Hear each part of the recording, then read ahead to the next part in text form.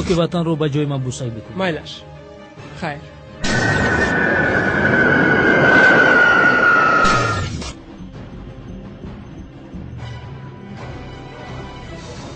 گوش میکنم. آدم دودویچ، من از فرودگاه بیرون شدم.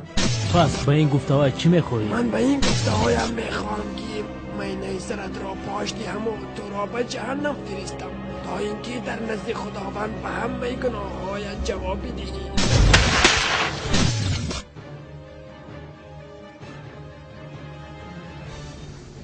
تشکر خدم دودویچ. از این روز اعتباراً همکاری را با قدم دادویچ قد می نماییم.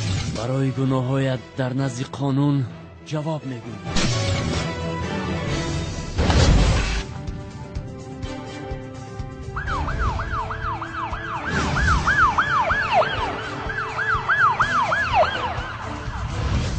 پسرم، در این دنیا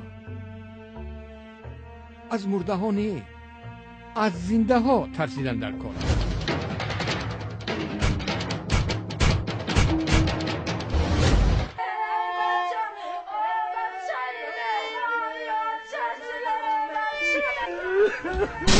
چرا تلفن رو نمی برداری؟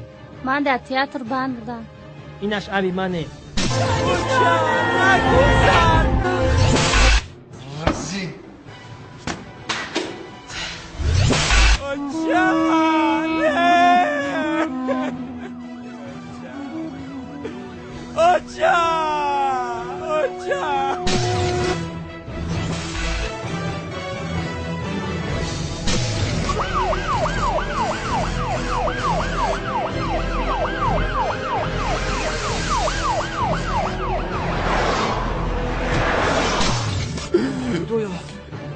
شدی؟ با تو چی شد؟